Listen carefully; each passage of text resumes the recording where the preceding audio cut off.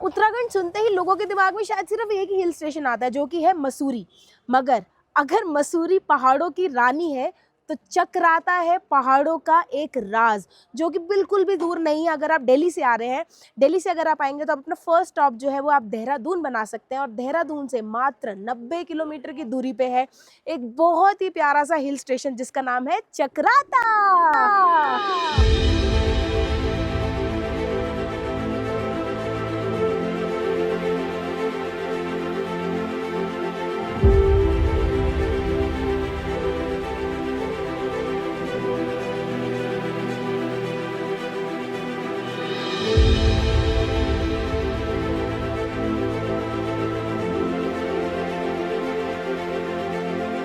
इस वीडियो में आपको पता चलेगा कि अगर आप चक्राता जैसे बहुत ही प्यारा सा हिल स्टेशन अगर आप प्लान कर रहे हैं, तो 2 दिन में आप क्या क्या चीज़ें जो है बढ़िया बढ़िया सी चीज़ें आप कवर कर सकते हैं, जिसमें आएगा आपका बहुत ही अमेजिंग सा सनसेट पॉइंट, बहुत ही अमेजिंग से केव्स, और एक आएगा बिल्कुल ही बढ़िया सा सीनिक वाटरफॉल। अगर आप चक्राता पहुंचने का प्लान कर रहे हैं, तो सबसे नियरेस्ट सिटी जो बनेगी, जो हर जगह से एक्सेसिबल है, वो है आपकी देहरादून।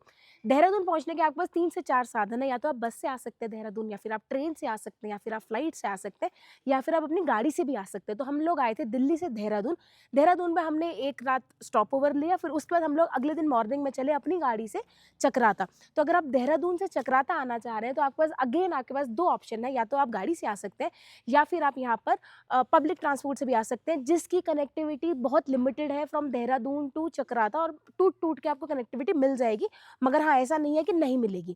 चक्राता से नियरेस्ट एक और स्टॉप भी है जो कि काफ़ी पॉपुलर, जिसका नाम है विकास नगर। अगर आप अपने कोई भी स्टॉप से, जैसे दिल्ली से अगर आप आ रहे हैं या ऋषिकेश से अगर आप आ रहे हैं, तो आप विकास नगर की अगर आपको बस मिलती है, आप वहाँ तक आ सकते हैं। फिर विकास नगर से आपको प्राइवेट बसेस, पब्लिक बसेस, या फिर आपको पर्सनल टैक्सीज भी अवेलेबल हो जाएंगी फॉर चक्राता। चक्राता पहुंचते ही हम सबसे पहले पहुंच गए वहां की मार्केट में और धावा बोल दिया वहां के एक छोटे से ढाबे पर।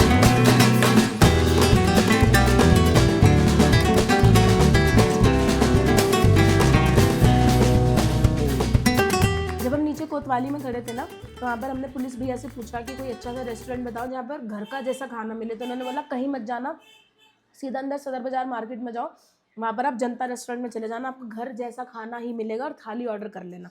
और आज की थाली में है काले चने, दाल और आलू गोभी की सब्जी। बिल्कुल घर जैसा खाना, लाइट मसाले, और साथ में भैया ने दिए हैं चावल और 4 रोटी। गजब। अगर आपको भी घर जैसा खाना खाना हो तो यहाँ पर आ जाओ। चक्राता की मार्केट को वहां के लोग सदर बाजार बोलते हैं, क्योंकि यहाँ पर छोटी चीज से लेकर के बड़ी सारी चीजें आपको इस नन्ही सी प्यारी सी मार्केट में अवेलेबल हो जाती हैं। तो जी सदर बाजार घूमते घूमते हमें एक और लोकल रिकमेंडेशन मिली, जो कि थी कि अगर आपको मोमोज या फ्राइड राइस या चाउमीन अगर आपको खानी है, तो चांदनास की दुकान में आप आ जाना, और यहाँ पर आप मोमोज तो ज़रूर खा के जाना। तो मैंने ऑर्डर करा था यहाँ पर वेज मोमोज, जिसकी कॉस्ट थी मात्र 60 रुपये 8 पीसेस के लिए, और काफ़ी अमेजिंग है। अगर मैं आपको इसकी ऐसे फिलिंग भी दिखाऊँ ना, तो भैया सब्जियाँ तो भर भर के यहाँ पर भर भर कर, और टेस्ट में जैसा मेरा कहना, गजब, लाजवाब। चक्राता के इस प्यारे से इंट्रोडक्शन के बाद और पेट पूजा करने के बाद अब बारी है best places to visit explore करने की। तो चलिए आपको चक्राता की रूह से वाकिफ कराते हैं।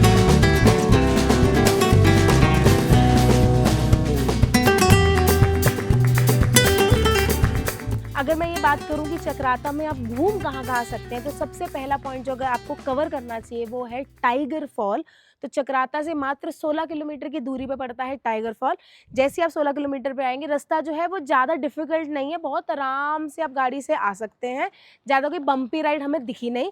और यहाँ पर आप आएंगे इस एरिया में, जो पर्यटक विभाग का एरिया, यहाँ पर आप अपनी गाड़ी पार्क कर सकते हैं।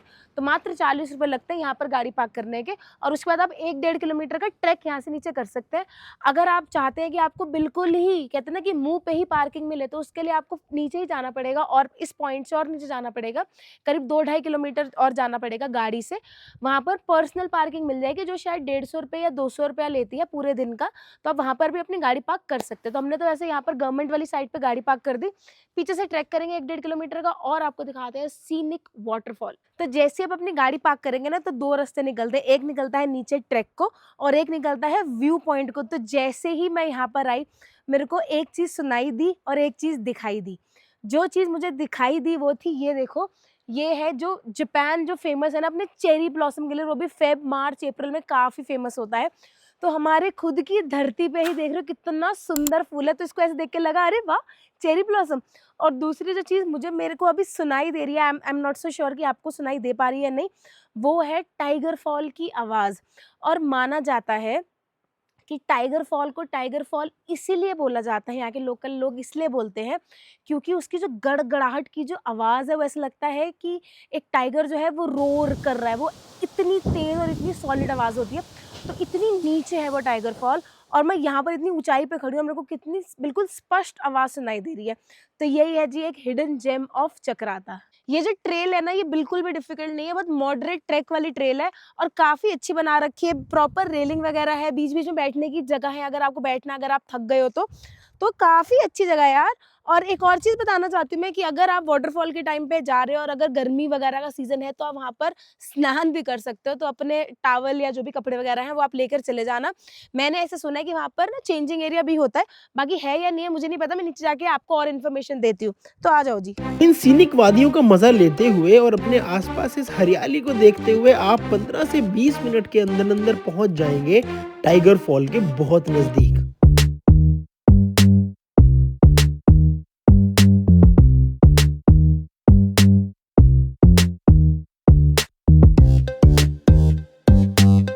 तो जी ये मेरे पीछे जो देख रहे हो ये है टाइगर फॉल। ये पूरे इंडिया का वन ऑफ द हाईएस्ट या बोल सकते हो आप टॉलेस्ट सिंगल वाटरफॉल है। इसकी जो हाइट है अप्रॉक्सीमेटली 300 फीट। 300 फीट का मतलब होता है कि 30 स्टोरी की जो बिल्डिंग होती है उस जितनी हाइट है इसकी। और ये ना सिंगल वाटरफॉल है क्योंकि इस बीच में कोई स्टेप्स वगैरह नहीं है। पानी मैं तो नहीं बट अरुण ने यहाँ पर स्नान किया और पानी जो अरुण ने बताया कि बहुत ज़्यादा ठंडा था, बट ऑफकोर्स जब आप ठंडे पानी से वापस आते हो तो बिल्कुल ऐसे रिलैक्स हो जाते हो। तो अगर आपका भी मन हो तो कपड़े वगैरह ले आना। यहाँ पर for ladies I am just saying changing room है, यहाँ पर 2-3 चेंजिंग रूम है, वॉशरूम्स है और यहाँ पर एक छोटा सा कियोस्क भी था चाय कॉफ़ी मैगी वगैरह के लिए। तो अगर आपको कुछ खाना पीना हो वाटरफॉल के बिल्कुल साथ में साइड बाय तो आप वो आराम से कर सकते हो।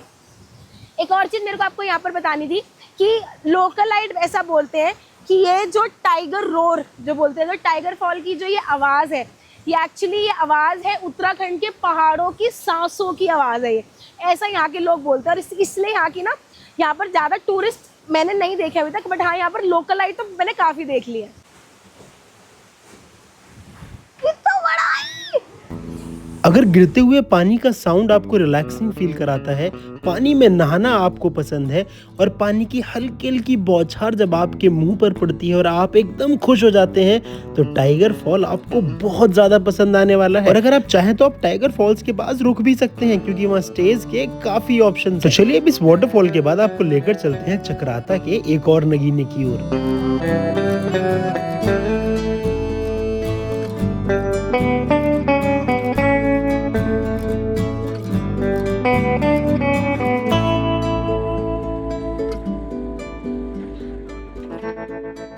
Second best point to explore in Chakrata इस चिरीमिरी पॉइंट। यहाँ पर आकर आप दोनों चीज़ें देख सकते हैं, सनसेट भी और सनराइज भी। क्यों? क्योंकि ये चक्राता का हाईएस्ट व्यू पॉइंट है और यहाँ से आपको एक पेनोरमिक व्यू मिलता है पूरा गढ़वाल हिमालयाज़ का।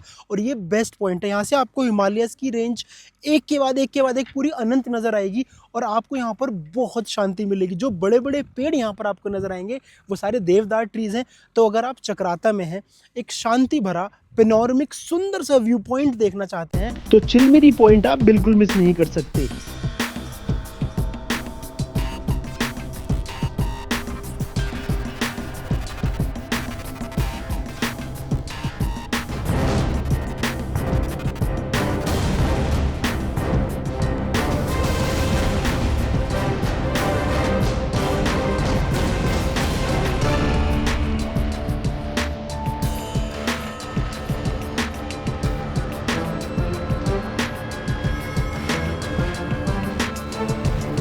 बात करते हैं कनेक्टिविटी की, क्योंकि आजकल कोई भी बिना मोबाइल फ़ोन के नहीं रह सकता है।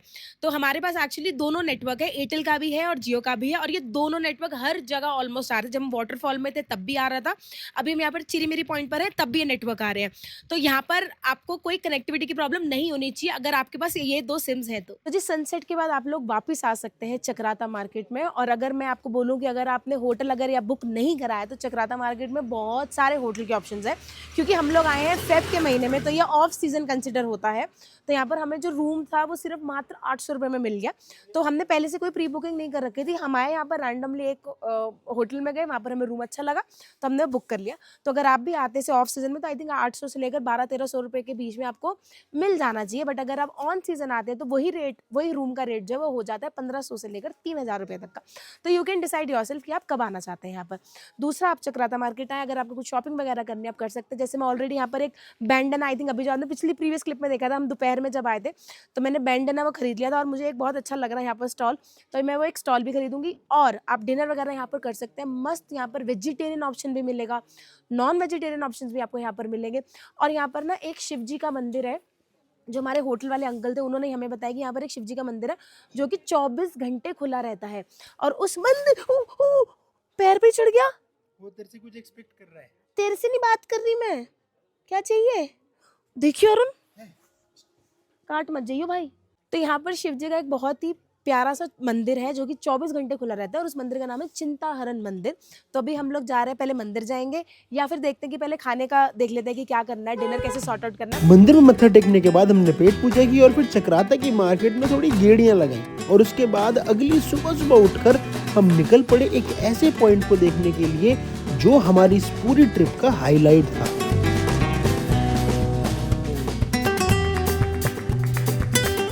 तो जी चक्राता मार्केट में रात बिताने के बाद अब next day early morning sunrise देखने आ सकते हैं मोइला टॉप और बुधेर केव।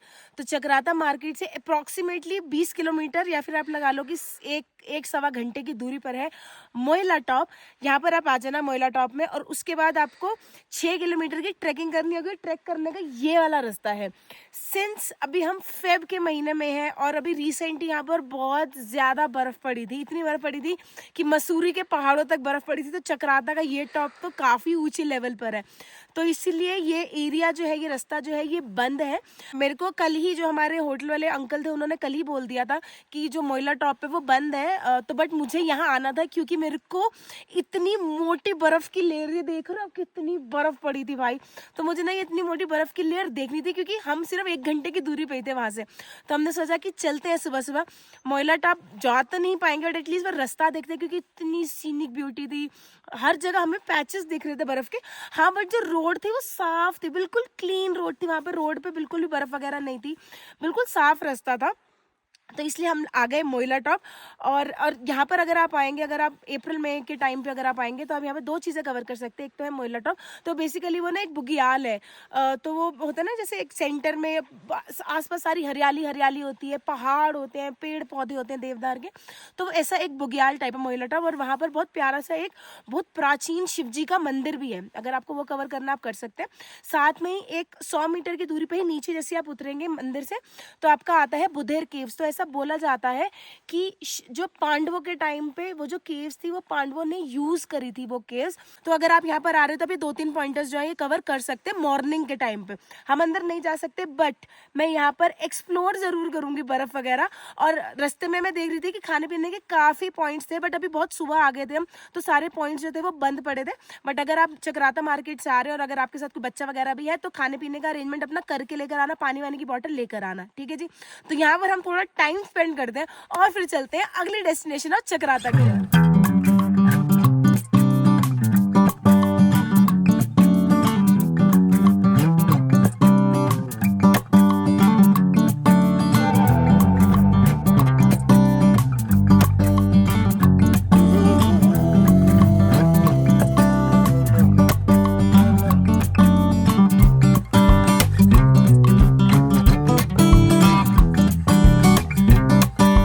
मोइला टॉप से जो अगला पॉइंट आप कवर कर सकते हैं वो है कोटी कनस्सर बुग्याल, जो कि अप्रॉक्सीमेटली 5-5.5 किलोमीटर की ही ड्राइव पे था, जो आपको लगेगा 20 से 25 मिनट आपको लगेंगे। और रोड जो थी बिल्कुल साफ और स्मूथ रोड थी।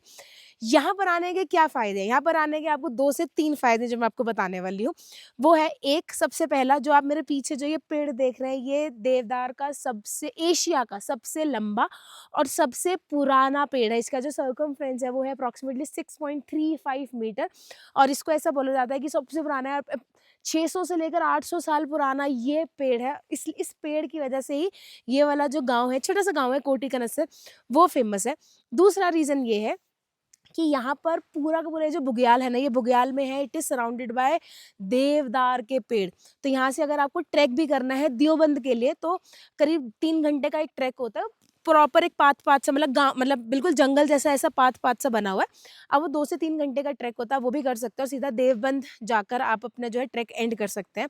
तीसरा, इस जगह को कोटी गाँव को बोलते हैं मिनी कश्मीर ऑफ उत्तराखंड। ये मुझे पहले नहीं पता था बट जब मैं अपनी रिसर्च कर रही थी चकराता की तो मुझे ऐसे लगा अरे यार मिनी कश्मीर ऑफ उत्तराखंड मेरे बिल्कुल देहरादून के बिल्कुल पास में और हम अभी तक नहीं गए।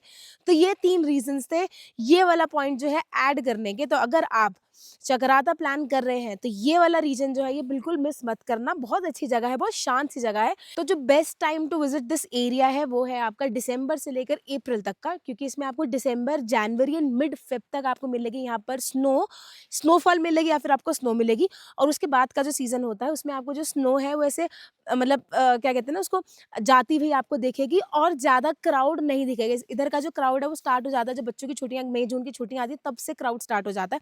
तो इसलिए जैसे मैंने आपको पहले ही बताया हम लोग आए हैं फ़ेब के महीने में और यहाँ पर हम दोनों के अलावा और कोई भी नहीं है इस पूरे बुग्याल में, सिर्फ़ हम 2 और बहुत सारे बंदर हैं यहाँ पर जो आपको बिल्कुल भी परेशान नहीं करेंगे।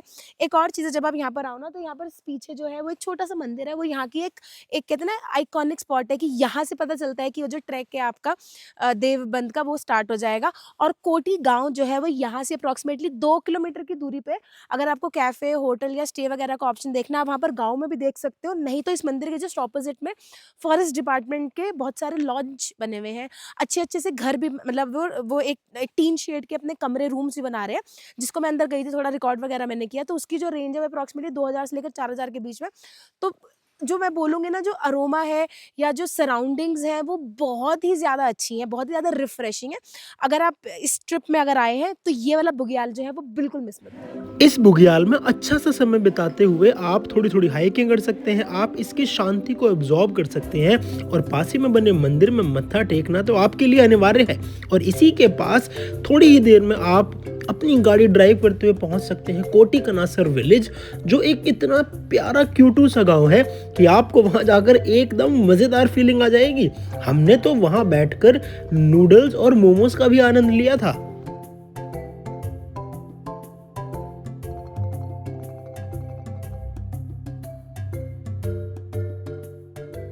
तो जी ये थी हमारी 2 दिन की आइटिनरी जो आप प्लान कर सकते हैं अगर आप चकराता की ओर आ रहे हैं तो।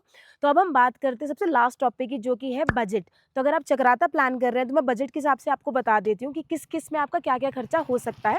अगर मैं आपको ट्रांसपोर्ट की बात करूँ तो आप आराम से दिल्ली से या कहीं कोई भी आपके नियरेस्ट स्टेट से आप आ सकते हैं, देहरादून आ सकते हैं या फिर आप विकास नगर आ सकते हैं। फिर विकास नगर या देहरादून से यहाँ से पब्लिक बसेस भी चलती हैं बट बहुत फ्रीक्वेंसी ज़्यादा है नहीं।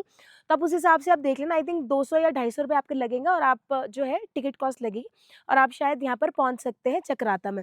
अगर आप अपनी खुद की कन्वेंस से पहुँचेंगे तो वो ज़्यादा ईज़ी रहेगा आपका, क्योंकि आप मल्टीपल जगह जो है ऐसे रुक-रुक के चल सकते हैं।